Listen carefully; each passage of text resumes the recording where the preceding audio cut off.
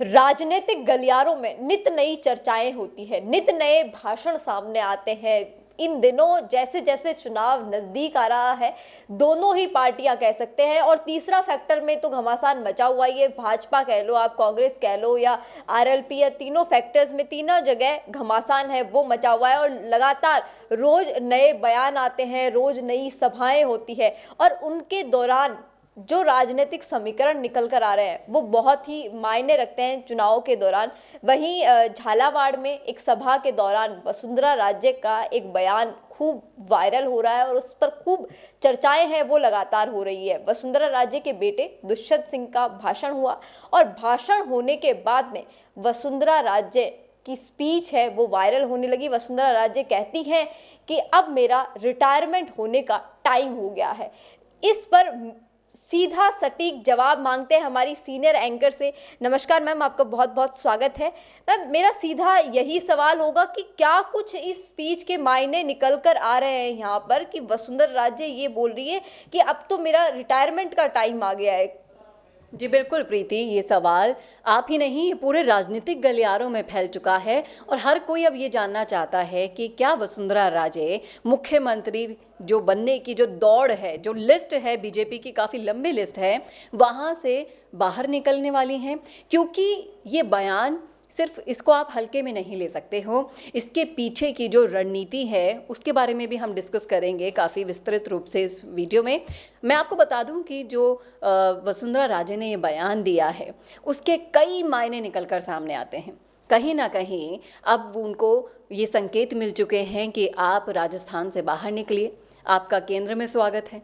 क्योंकि अगर उनको केंद्र में मौका मिल जाता है तो राजस्थान में उनके लिए या फिर उनके बहुत चहेतों के लिए, उनके करीबियों के साथ साथ उनके बेटे के लिए भी रास्ता साफ हो जाता है।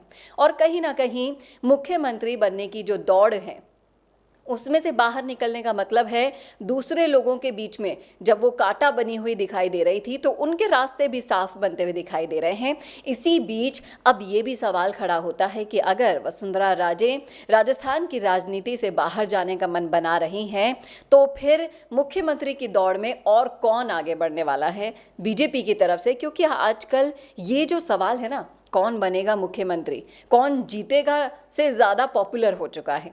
हर तरफ इसी मुद्दे पर बहस हो रही है। कभी बालकनाथ, कभी जीत रहे हैं इसके अंदर, कभी गजेंद्र सिंह शेखावत, जी बिल्कुल, कभी राठौड़ बन जाते हैं मुख्यमंत्री रातों रात, तो कभी दिया कुमारी आ जाती हैं। और कहीं ना कहीं दिया कुमारी के लाइमलाइट में आने के बाद से आपने नोटिस किया होगा कि वसुंधरा राजे के तेवर काफ़ी अब कम पड़ते हुए दिखाई दे रहे हैं, फीके पड़ते हुए दिखाई दे रहे हैं। और कहीं ना कहीं दिया कुमारी विद्याधर नगर विधानसभा सीट से जीतती हैं तो उनके लिए भी ये रास्ता साफ होने वाला है कि वो मुख्यमंत्री बनने की जो दौड़ है उसमें आगे बढ़ जाएंगे। अगर जैसे कि आप दिया कुमारी का जिक्र कर रहे हैं तो मैं आपको बता दूं कि दिया कुमारी को लाने का साफ तौर पर यही मकसद है। वो नजर आ रहा है कि वसुंधरा राजे का जो रिप्लेसमेंट है वो दिया कुमारी ही वहां पर फिट बैठ रही है, और दिया कुमारी के अलावा यहाँ पर इस समीकरण में और कोई फिट बैठता हुआ नजर नहीं आ रहा। चाहे जातिगत समीकरण देख लीजिए, चाहे बाकी जो महारानी का जो टैग है उस समीकरण से आप देख लीजिए।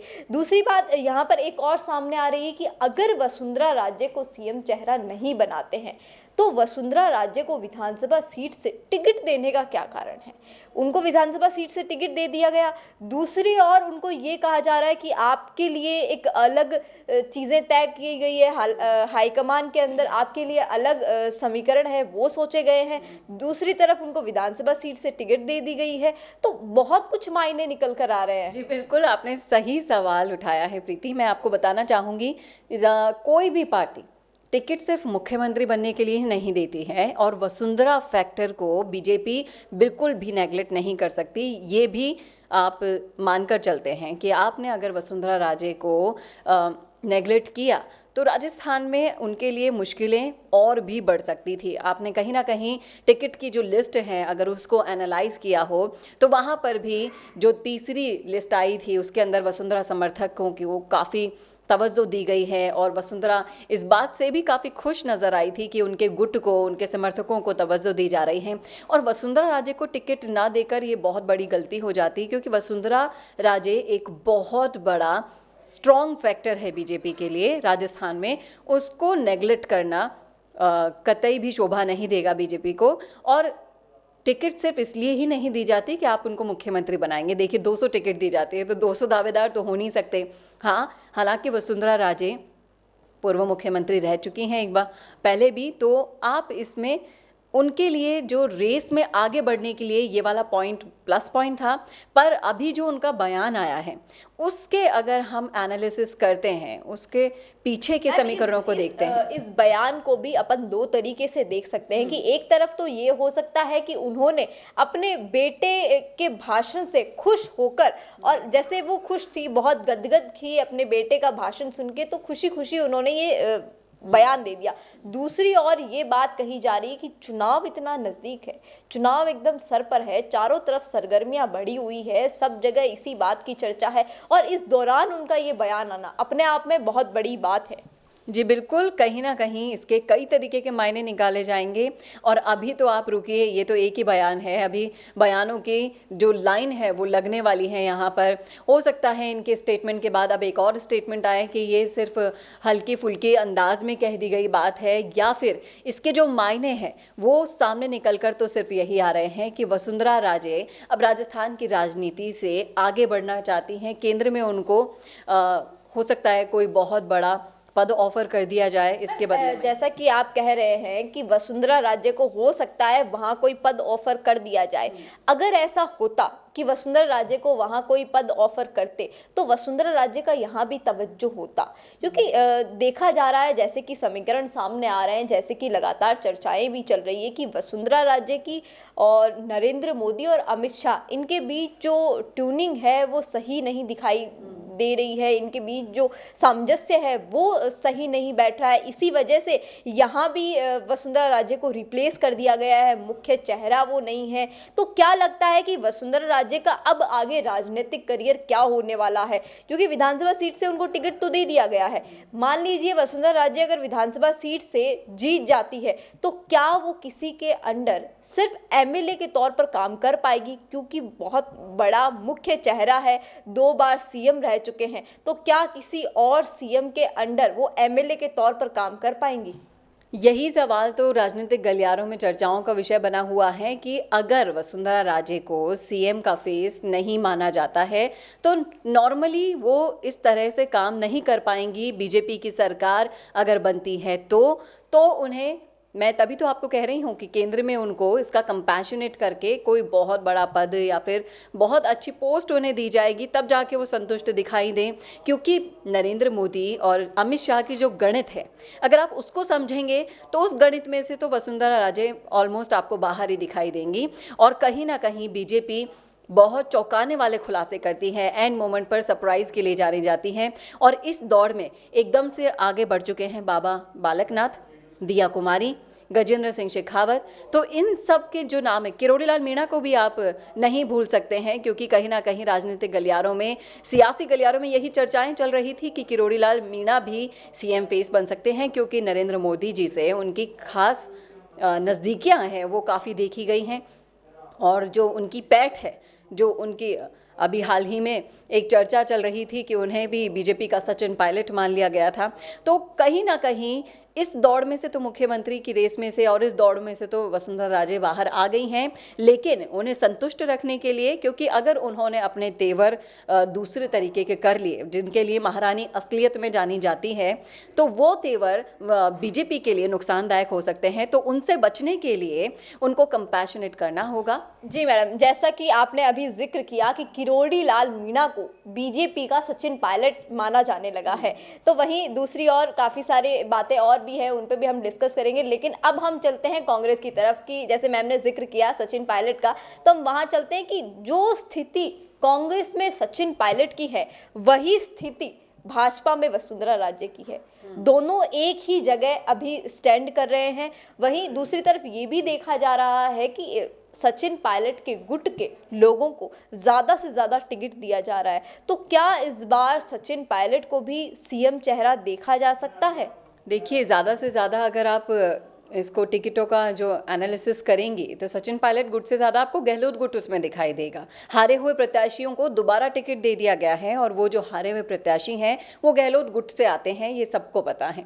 और इस बार जो सर्वे की जो रिपोर्ट आई थी उसमें क्या कहा गया था, एक नहीं दो नहीं 5 सर्वे के बाद ये कहा गया था कि हम सिर्फ जिताऊ उम्मीदवार को टिकट देंगे। उसके बावजूद अपनी ही जबान पर कायम ना रहने वाली कांग्रेस ने हारे हुए उम्मीदवारों को टिकट दे दिया गया है, अच्छे अच्छे उम्मीदवारों की टिकट काट दी। कांग्रेस ने खुद के ही पांव पे कुल्हाड़ी मार ली है उनको टिकट देके, हारे हुए प्रत्याशियों को टिकट देके। जी बिल्कुल, और सचिन पायलट गुट के तो सिर्फ मुट्ठी भर आपको दिखाई देंगे इन लिस्ट में, और हर तरफ आपको गहलोत गुट ही दिखाई देने वाला है। और कहीं ना कहीं राजनीतिक गलियारों में, सियासी गलियारों में यही चर्चाएं चल रही थी कि यहाँ भी जो पिछले 5 सालों से चला आ रहा था गुटबाजी का खेल, वो इन टिकट में भी साफ साफ दिखाई दे रहा है। लेकिन सोचने वाली बात तो ये है कि कांग्रेस ने जो अपने पैरों पर कुल्हाड़ी मारी है वो तो अलग, इनके जो रिपीट होने के जो दावे हैं ना वो भी मुझे खस्ता हाल में दिखाई दे रहे हैं। कहीं ना कहीं जैसा कि मैम कह रहे हैं कांग्रेस के रिपीट होने के दावे भी हैं, वो भी खोखले दिखाई दे रहे हैं यहाँ पर।